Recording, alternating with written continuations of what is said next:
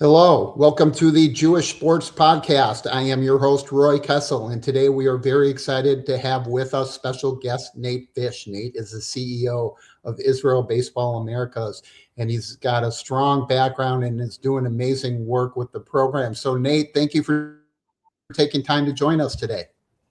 Thanks for having me, Roy. This is great. We're excited to learn more and dive into that, but I want to roll back to when you were a young boy. What's your first memory of being involved with sports and in particular baseball? Um, yeah, so my first memory, I think, is similar to what a lot of people experienced when they went to their first big league game. So my first game was at Fenway Park. I'm originally from New England. I was around 10 years old. I'd never been to a big league game. My dad surprised me and my sister with tickets to a Red Sox game. And, I just have such a strong recollection of the moment that I walked into the stadium, into Fenway Park for the first time, and just being struck by the scenery, the field, the guys getting loose in the outfield, and just sort of the scale and the whole thing was just had me sort of instantly locked in. And like a lot of people, I think I was just like, I'm doing this forever. Like, this is the greatest moment of my life. I'm going to commit my life to this game, and I'm going to be a big leaguer. And so I did commit my life to the game. It turns out I was wrong about being a big leaguer, but it's taken me on a wild ride nonetheless. Do you remember how old you were when you talk about walking into that MLB park at Fenway Park for the first time? Yeah, I was 9 or 10. I have memories of playing baseball before that, obviously. But I was honestly, I thought I was going to be an NBA basketball player before that. I was a good little basketball player. I was at the gym hooping more than I was on the field, hitting or taking ground balls. But that represented sort of a switch in my athletic sort of dreams and life. And also when we moved ultimately from New England to Cleveland, I really realized like I'm not going to the NBA, and I gotta I gotta focus on baseball here. So that those two things both sort of flipped the switch for me a little bit. So take us through that transition. So you started out in the Boston area, New England, and then moved to Cleveland. Take us through kind of your educational and professional background. Sure. So yeah, grew up not even in the Boston area, in Vermont and then New Hampshire, sort of in isolation, in bliss, in New England. Not a lot of Jews around, so my Jewish identity was based mostly on just my experience at home with my parents and with a very very small Jewish community, but not really a vibrant Jewish community like there was in Cleveland. Moved to Cleveland when I was 12 years old to Shaker Heights, and was just very lucky, I think, to end up there.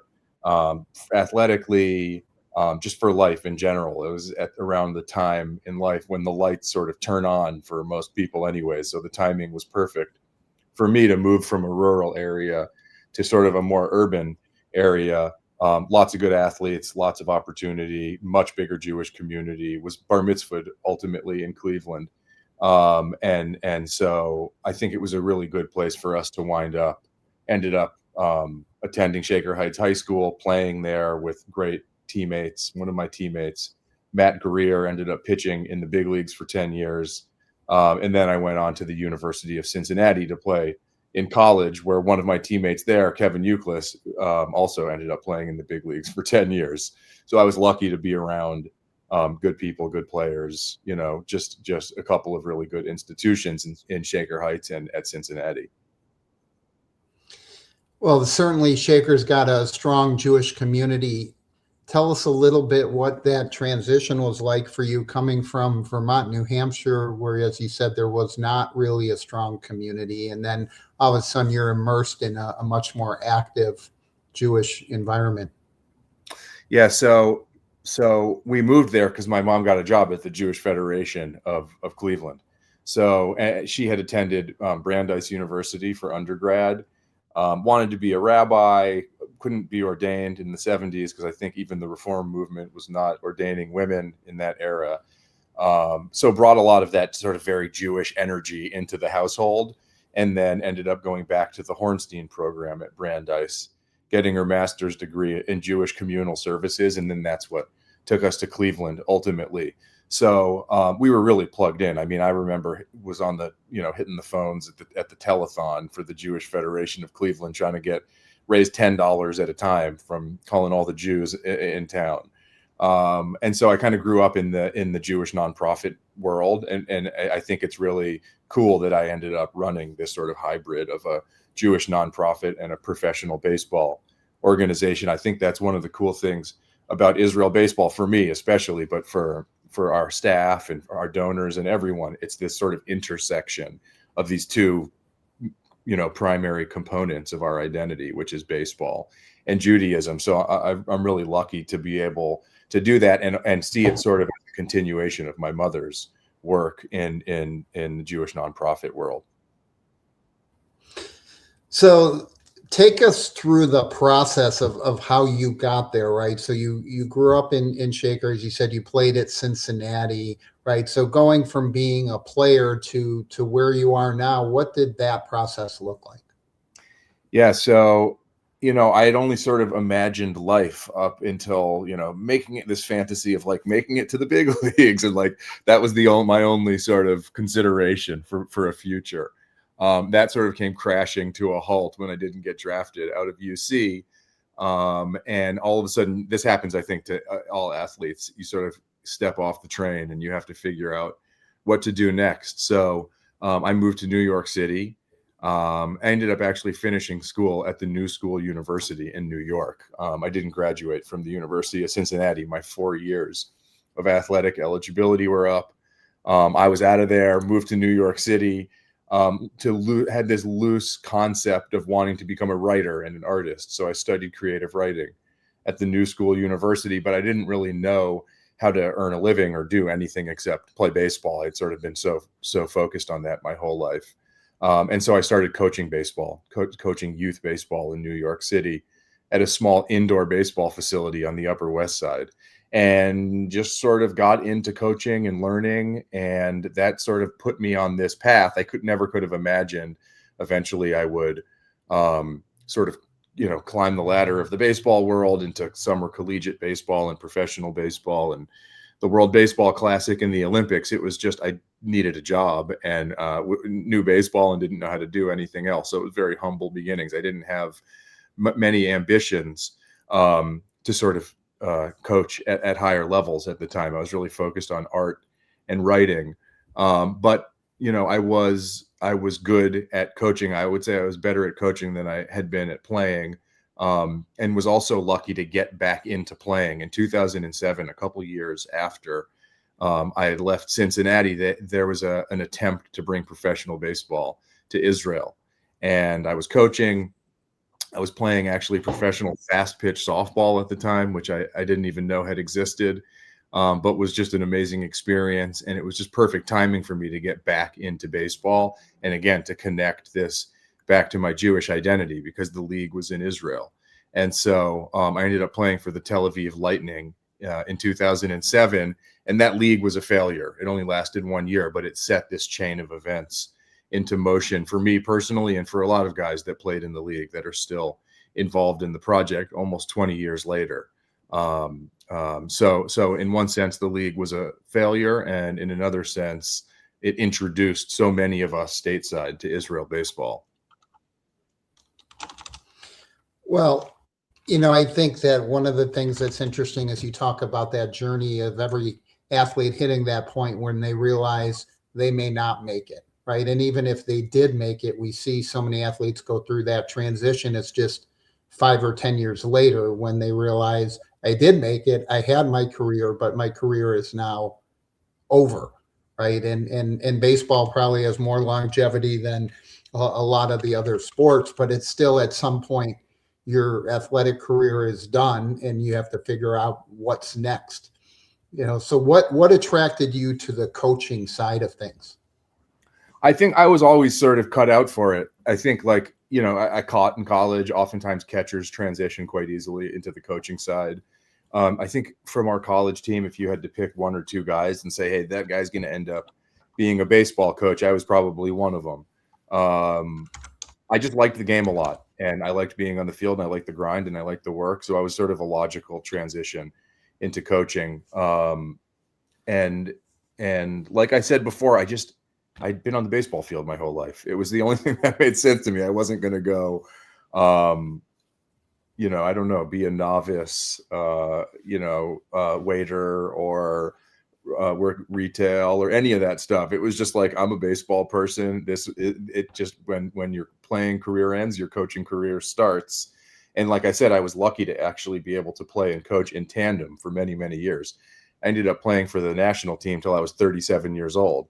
So I would coach, I would play, I would coach, I would play, I would learn as a coach, I would implement some of those learnings as a player. And I extended my playing career long, far beyond what I ever expected. Leaving Cincinnati when I thought my career had come to an end. So I was very lucky to be able to sort of ride my own developmental path for many, many years as a player and coach. So having that career that stretches to 37, right, being involved in playing, that's a really lengthy, successful opportunity.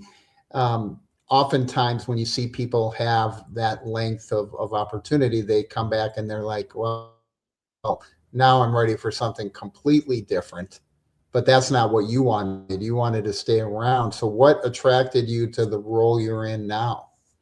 Yeah, so just like we're talking about that transition from player to coach, the next logical transition, that if people are really going to be lifers in the game, and many people just stick with coaching and achieve amazing things there, but the next logical transition is from coach to executive, and so that's sort of where I'm at now.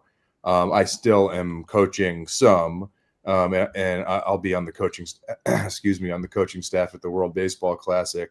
I'm still managing the national team. So we were in Europe earlier this year. I was managing the team at the European Championship. So I'm still doing some of the, uniform personnel work. But mostly I'm transitioning into becoming just an executive, learning how to run the organization and the business side of things, raising money, doing sponsorships and partnerships, just trying to, keep the organization solvent and growing. So that's sort of the next transition. And if you ask, what is it? It's just this, and the initial passion that you have for the game is sort of the thing that creates the momentum throughout the rest of your life. So if you have the early passion and imagination of wanting to do this for the rest of your life, that's really what keeps you going through all of the years and ups and downs. I mean, baseball is a weird industry, and you move a lot, you travel a lot. And the initial sort of commitment that you make as a child to the game is the thing that sort of sustains you through the journey, I think. So when you look back on your pathway to where you got to now, there's so many young people, students in college, young professionals that would love to get to a career in sports, love to have a long journey. What's some advice that you would throw out to them on how they can prepare themselves for that journey? Yeah, good question. I'm sort of a bad person to ask because I've had a really unique path. I don't think it's something that could really be replicated necessarily, for better or for worse. But there's certainly, I've learned a lot of lessons that I think are applicable for people, younger people working in sports or working in anything.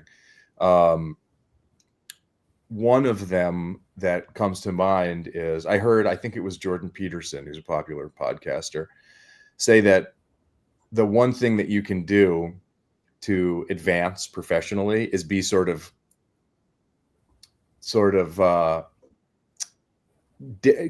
force a level of displeasure in your bosses, demand more money, and be sort of unpleasant in your demands. I would say that my big sort of skill in throughout this long journey with Israel baseball has been the opposite. It's to be able to ride the wave, survive sort of uncomfortable working conditions, be underpaid, Yeah. continue to do a good job regardless of circumstance. So if there's anything I can say, it's, show up, be awesome. And it's really a long term, especially in sports, a long game where early in your career, you're going to have to be underpaid and you're going to have to work really hard. And if you can just do that and be awesome and keep the vibes high, then you're going to get to the other side of the mountain eventually. And you don't have to be too demanding earlier in your career. You can just kind of eat shit Yeah. for a few years, pardon my language, Yeah. and stick with it, Yeah, I don't think that advice that you're referencing from him is accurate at all. I think for the most part, especially in the sports world, there's so many people vying for those opportunities. Nate, if you're a pain in my butt, I got 32 people whose resumes showed up on my desk this week. Right. I don't need to keep you. Again, unless you're truly the golden child and have some unique ability. I think for the most part, just like they say with athletes, the best ability is availability. When you're young and you're starting, we would have this conversation with all of our students at Northwestern when I taught in the graduate sports management program, which is you've got to be preparing yourself for a career in sports, not a job in sports. And the differentiating factor was the fact that, as you said, you're willing to do things with a long-term view, not like I got here, this is what I deserve, this is what I need, but in understanding that, hey, in almost every sports organization, it's all hands on deck all the time. So you may have your role, but when something else comes up and events, right? Sports are by their nature the event business. Things go crazy, things go wrong. And so you've got to be in a position where you understand how to deal with that without creating additional stress for everybody around you. And you're essentially getting cross trained in different roles. Like you and I, like in this position right now, as I tell people, it's sort of the worst of both worlds because sports are underpaid and nonprofits are underpaid. So when you're a sports nonprofit, for sure, there's a lot of challenges there. Take us through a little bit right now for Israel baseball, what the organizational structure looks like and what you guys have on your horizon here for the next year. Sure. So historically, Israel Baseball is a small volunteer-based organization run from Israel.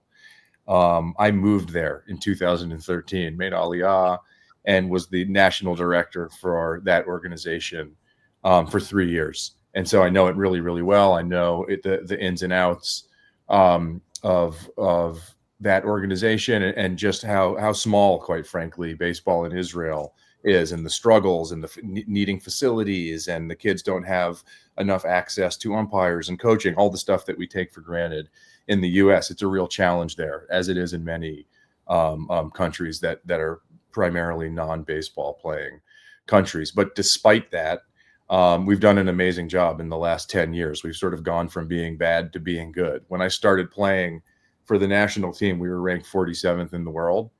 We were not a good team, which is probably why I played until I was 37. There weren't any better options.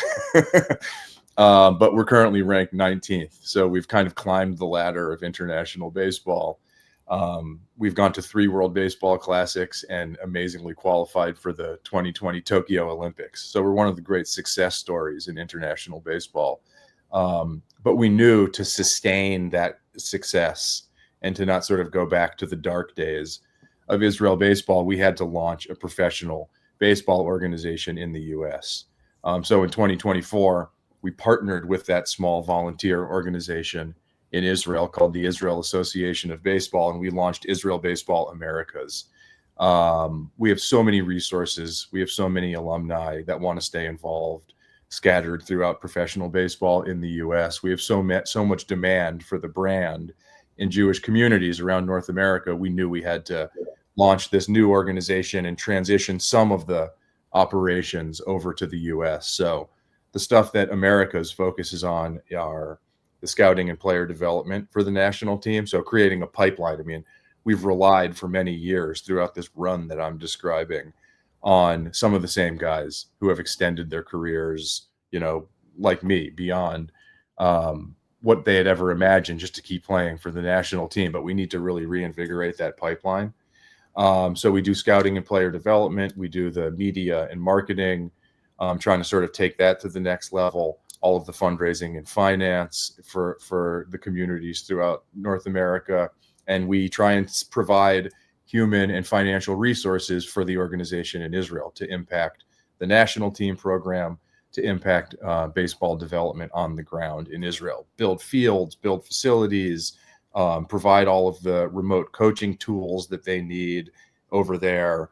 And it's been a hard few years for them, quite frankly, with COVID and then rolling that into the war. The kids there really need something to feel good about, an activity to plug into that they can just enjoy. And so we're just trying to give them the resources that they need to keep succeeding. So you mentioned a lot of areas, and obviously for anybody that's run a nonprofit, they understand that leading that organization, you're wearing all of those hats and you're working in a lot of different areas. But if you had to pick one or two that are the biggest challenges where maybe our network and our supporters have some ideas on how they can help, what would those two areas be? Yeah, so like the spine of any organization is obviously especially a nonprofit organization, is the fundraising and finance piece. And so the easiest answer to that is, hey, just write us a big check. But that's also the least likely outcome of any conversation. And so we're always trying to get people to just represent the organization within their networks, really be ambassadors of Israel baseball, talk about it around the dinner table, stay informed. And through that kind of community building, the money will sort of appear. The person that's really interested and that wants to get more involved will get more involved, and they'll support annually, and you'll have a long-term relationship. And so when we started the organization, and I think a lot of entrepreneurs are guilty of this, you have this fantasy, hey, we're going to launch Israel Baseball Americas. Someone's going to give us a $10 million check, and we're going to be able to do everything we wanted to do. We're going to launch this, we're going to launch that. And then you launch the organization and you realize it's really just about community. It's one brick at a time, one event at a time, showing up for people, maintaining all of our largest donors and supporters are all long-term relationships. Very few people are going to just come out of left field and hand you a check for $10 million. And it's really an exercise in community building. And that's what it's all about, So become a part of the community is my answer to how people can support. And so we see that with all kinds of organizations in the Jewish world and outside of the Jewish world, where everybody thinks that, I got my 501c3 determination letter from the IRS, so now the floodgates are going to open and the money's going to come pouring in. It's like, no, now you can start asking for money. Now you can start building those relationships, as you said. But it takes time to steward those relationships and build the connection to the point where people like you, value what you're doing and building, give you a small gift and understand and follow you, start following you more closely, right? Yep. And that's what gives you the opportunity to open wider doors. So, we're going to explore some opportunities for us to collaborate both on the fundraising side and that community building side. So I'm excited about that. And I want to thank you for coming on with us today and sharing the story of Israel baseball. No, I really appreciate it. This is awesome. I mean, speaking of long-term relationships, I think, hope that this is the beginning of a long-term relationship. There's a lot of synergy here. And one of the exciting things about both of our organizations is there is a certain magnetism to it. We launched Israel Baseball Americas and started getting tons of messages on LinkedIn, and I'm sure you've experienced this. And we've been able to build the organization because there's a lot of organic interest. And so when you start something and you see that people are coming to it, that's the best indicator, I think, that you're really on to something. You're not trying to convince the world that you're doing something good. It's obvious and it attracts people. So super excited to connect with you.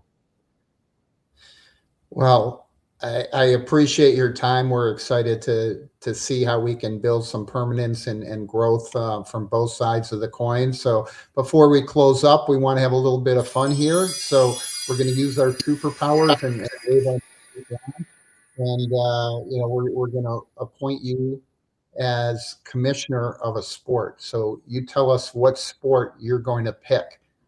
I no brainer. It's baseball. Yeah. Okay. So you're commissioner of baseball now. You've thrown Rob Manfred out of his office, and you said I'm taking over. And so now, what's the change that you would make? Give us one change that you would like to see in the sport. All fastballs. Make anything but a fastball an illegal pitch. You would solve all of your pace issues and a lot of other things too. It would be an exciting game. All heaters. What's your thought on the pitch clock and how that's been working out for? Yeah, it's good. It's good. It worked. It's cool. They did the testing for years. They were really smart about the testing phase. I think they knew exactly how it was going to work. It wasn't just a huge experiment. They had enough data to know that it was going to work. Yeah, I mean, I think that having the pace pick up that little bit, right? And you look at the numbers, and it's not necessarily a drastic change in the overall game times, but it does just feel a little snappier. The games don't appear to drag, and I think from a fan perspective, right? They like that, so it's good to see that they've been able to do that. So we're going to transition now into our speed round. So we'll throw up favorite Jewish holiday. We'll go with Purim. Okay, why do you love Purim? It's just fun. I don't know. A lot of Jewish holidays are sort of somber and serious, which I like about them. But Purim's a fun one. You get to dress up. All right. Favorite Jewish food? Matzo balls. Sort of a lame answer, but love it. It's rare, once, twice a year, so it's always enjoyable. You like the homemade ones from your family, or is there a particular deli or somewhere else that you like them? Oh yeah, I like homemade. I'm into the variations, the big fluffy ones. The little rocks. My mom makes these like smaller matzo balls that are like they'll go try and cut them in half and they'll go flying out of the bowl. So I can go either way. Favorite Jewish memory? Yeah, I mean, if you can count all of our Team Israel memories as Jewish memories, and I think you can. It's one of the cool things about it. Got to go with playing Japan in the 2017 World Baseball Classic in the Tokyo Dome after having won 4 games in a row to make it into the quarterfinals of the tournament. That's an amazing accomplishment, and I remember following that. That was fantastic. And finally, favorite Jewish athlete? You can't name yourself. You have to find somebody else. I wouldn't do that. But I'll name a friend, Kevin Euclid, and a board member from Israel Baseball Americas. We've been friends for a long time. Truly loved him as a teammate, and then just like watching him throughout his big league career was so special. And I'm sort of joking because we're buddies, but also I really love him and the way that he played the game. And in terms of what he's doing for you on the board, tell us a little bit more about what kind of role he's serving for you. Yeah, so many of our sort of higher profile alumni, Uke, Ian Kinsler, Brad Osmus, and a lot of those guys have stayed very close to the organization. Uke is on the board of directors, so he's even closer than the other guys. The other guys are on the board of advisors, so they're sort of a layer further removed, but all of them attend quarterly meetings, stay really, really close, impact the direction that we're going. And one of the amazing things about the team is everyone stays a part of the team. So, if you play for Team Israel once in the World Baseball Classic or for the national team in the European Championships, you're always part of the community. Very few of the guys want to sort of have nothing to do with us. And so everyone stays pretty close. And we're really lucky because we've, built this amazing network over the years. I mean, we have Sammy Fold, Gabe Kapler are both in presidential level positions for big league teams. We got Oss as the bench coach, Jerry Narin as a bench coach, Simon Rosenbaum as a sort of AGM in the Rays, Jeremy Bleich, AGM with the D-backs, and I'm missing many. I mean, the list just goes on and on and on of Team Israel alumni that are in really high positions throughout professional baseball. So we're lucky to keep those guys close. Well, Nate, thank you so much for coming on with us today and sharing your insight and vision for what Israel baseball is growing into and developing. Look forward to a long-term partnership, and we appreciate your time. Thanks a lot, Roy. This was great. And for all of our viewers and listeners, we appreciate you taking time to join us on the Jewish Sports Podcast today. This is your host, Roy Kessel, signing off. Please remember to live generously. Thank you, everybody.